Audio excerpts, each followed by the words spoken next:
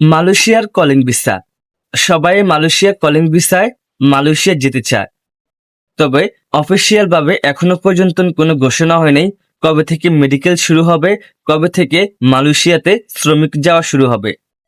এরকম এখনো পর্যন্ত ঘোষণা কিন্তু অফিসিয়াল ভাবে হয়নি। আপনারা সকলে জানেন ডক্টর ইউনূস কিন্তু মালয়েশিয়া যাওয়ার পর আমরা ভাবছিলাম যে অতি শীঘ্রই মালয়েশিয়ার কলিং ভিসার দরজা খুলে যাবে। আমরা অনেকে ধারণা করছি যে একটা ভালো একটা সিদ্ধান্ত আসবে, কিন্তু ওইখান থেকে কোনো এখনো পর্যন্ত সিদ্ধান্ত আসেনি কবে থেকে মালয়েশিয়াতে শ্রমিক যাওয়া শুরু হবে, কবে থেকে মেডিকেল শুরু হবে, কবে থেকে মালয়েশিয়াতে মানে মানে শ্রমিক কাজ করতে যাবে। তো এখনো পর্যন্ত এরকম কোনো আসেনি যে কলিং ভিসা অমুক তারিখ থেকে চালু হবে, মানে নতুবা কলিং ভিসা চালু হবে, নতুবা কলিং ভিসা অমুক তারিখ থেকে শ্রমিক যাওয়া শুরু হবে। এরকম এখনো অফিসিয়াল ভাবে কোনো ঘোষণা আসে নাই। এখনো পর্যন্ত অফিসিয়াল ভাবে বাংলাদেশ কোনো রিক্রুটিং এজেন্সির নাম প্রকাশ করে নাই। যেসব এজেন্সির মাধ্যমে আপনারা মালয়েশিয়া যাবেন ওইসব বড় বড় এজেন্সির এখনো পর্যন্ত নাম ঘোষণা করা হয় নাই। তাই অবশ্যই আপনারা যারা মালয়েশিয়াতে দীর্ঘদিন থেকে বসে আছেন মালয়েশিয়াতে যাবেন, এখনো পর্যন্ত কোনো অফিসিয়াল ভাবে কোনো ঘোষণা আসে নাই যে আপনাকে পাসপোর্ট টাকা পয়সা জমা দিতে হবে, এরকম এখনো কোনো ঘোষণা আসে নাই।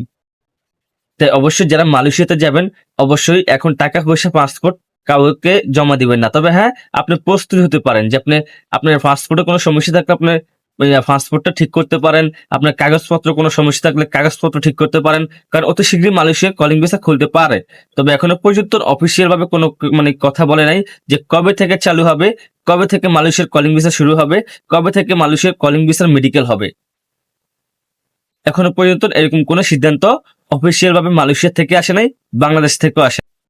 আর আমরা যারা নতুন করে মালয়েশিয়া এখন যাব, তারা যাওয়ার আগে অবশ্যই আপনার পাসপোর্টে কোনো সমস্যা আছে কিনা, আপনার ডকুমেন্টে কোনো সমস্যা আছে কিনা, আপনার সবকিছু ডকুমেন্ট ঠিকঠাক করে রাখবেন। আর আপনি প্রস্তুতি হয়ে নেবেন যে আমি মালয়েশিয়া যাব, প্রস্তুতি হয়ে নেবেন, সবকিছু ঠিকঠাক করে রাখবেন। যখন রিক্রুটিং এজেন্সির অনুমতি হবে, যখন নাম প্রকাশ করা হবে, তখন কিন্তু মেডিকেল শুরু হবে, তখন কিন্তু শ্রমিক মালয়েশিয়াতে যাওয়া শুরু হবে। তাই এখনো পর্যন্ত কোনো অফিসিয়াল ভাবে কোনো সিদ্ধান্ত আসে নাই। যদি আসে অবশ্যই আমাদের ভিডিওর মাধ্যমে আমরা আপনাদেরকে জানিয়ে দিব। অবশ্যই আমাদের চ্যানেলের পাশেই থাকবেন, আমার চ্যানেলটা সাবস্ক্রাইব করে আমার চ্যানেলের পাশেই থাকবেন। অবশ্যই বেল আইকনটা অবশ্যই বাজিয়ে রাখবেন, তাহলে সবার আগে ভিডিওগুলো আপনার কাছে পৌঁছায়। তো বন্ধুরা, আজকে ছিল এই পর্যন্ত। যদি কিছু না বুঝতে পারেন ভিডিওর কমেন্টে আমাকে কমেন্ট করবেন।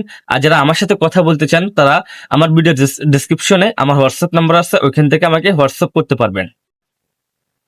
তো এই ছিল মালয়েশিয়ার সর্বশেষ আপডেট। পরবর্তী আপডেটের জন্য অবশ্যই সবাই রেডি থাকবেন। তো আজকের মতো এই পর্যন্ত। ভালো থাকবেন, সুস্থ থাকবেন।